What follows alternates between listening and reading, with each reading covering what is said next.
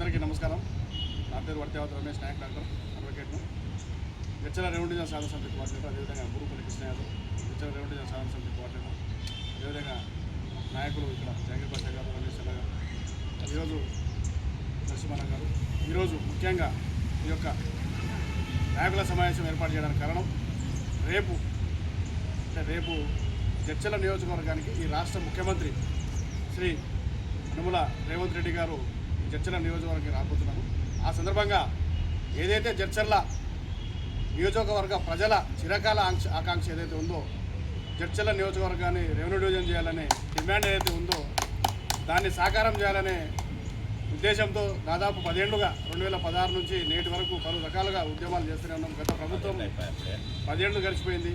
గత పాలనలో పాలకులు హామీలు ఇచ్చినా, వాగ్దానాలు ఇచ్చినా అది సాధ్యం కాలేదు. కానీ ఇప్పుడు ఉన్నటువంటి ప్రభుత్వంలో ఇప్పుడున్నటువంటి ప్రస్తుత ఎమ్మెల్యే శ్రీ జనంపల్లి అనంత్ రెడ్డి గారు ముఖ్యమంత్రి గారికి వినతి పత్రం ఇవ్వడం, అసెంబ్లీలో 1-2 సార్లు మాట్లాడడం, దానికి పొంగులేటి శ్రీనివాసరెడ్డి మంత్రి గారు స్పందించడము, సాధ్యాసాధ్యాలను బట్టి జడ్చర్ల నియోజకవర్గాన్ని రెవెన్యూ డివిజన్గా ఏర్పాటు చేస్తామని చెప్పి వారు అసెంబ్లీ సాక్షిగా మాట ఇవ్వడాన్ని స్వాగతిస్తూ హర్షిస్తూ, రేపు ముఖ్యమంత్రి గారు మన జడ్చర్ల నియోజకవర్గానికి వస్తున్నారు కాబట్టి ఖచ్చితంగా రేపు జరిగే బహిరంగ సభలో ఏదైతే జడ్చర్ల నియోజకవర్గాన్ని రెవెన్యూ డివిజన్ చేయాలనే జడ్చర్ల ప్రజల యొక్క ఆకాంక్ష ఉందో దాన్ని నెరవేర్చే విధంగా ఆయన హామీని ఇవ్వాలి, ఏర్పాటు చేసే దిశగా రేపు వాగ్దానం ఇవ్వాలి, రేపు కార్యాచరణ చేపట్టాలనే ఉద్దేశంతో ఈరోజు సమావేశం ఏర్పాటు చేస్తూ ప్రభుత్వానికి విన్నవిస్తూ ఉన్నాం, విజ్ఞాపన చేస్తూ ఉన్నాం.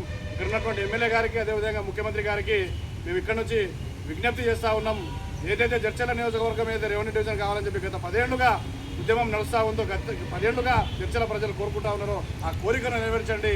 ఆ నెరవేర్చే అందులో భాగంగా రేపు మీరు ఏదైతే ఈరోజు జడ్చర్ల రెవెన్యూ డివిజన్ సాధన సమితి ఏదైతే ఉందో ఆధ్వర్యంలో ముఖ్యమంత్రి గారిని కలవడానికి ఎమ్మెల్యే గారి ద్వారా మాకు అవకాశం కల్పించాలి.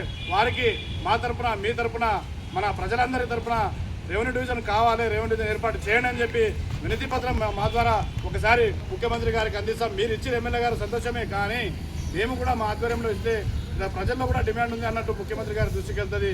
వెంటనే ఏర్పాటుకు చర్యలు తీసుకుంటారని చెప్పి డిమాండ్ చేస్తూ, విజ్ఞప్తి చేస్తూ, కావున రేపు జరిగే ఏదైతే బహిరంగ సభలో ఏదైతే ఉందో ముఖ్యమంత్రి గారికి రెవెన్యూ డివిజన్ సాధన సమితి ఆధ్వర్యంలో వినతి పత్రం ఇచ్చేందుకు మీరు చొరవ చూపాలని చెప్పి, అదేవిధంగా జడ్చర్ల నియోజకవర్గ రెవెన్యూ డివిజన్ ఏర్పాటు చేసేందుకు మీరు ముందుండి చొరవ చూసేందుకు ముందుండాలని చెప్పి ముఖ్యమంత్రి రేవంత్ రెడ్డి గారు రేపు ప్రకటన చేయాలని చెప్పి ఇక్కడ నుంచి విజ్ఞప్తి చేస్తూ అందరికీ జై భీమ్, జై జడ్చర్ల.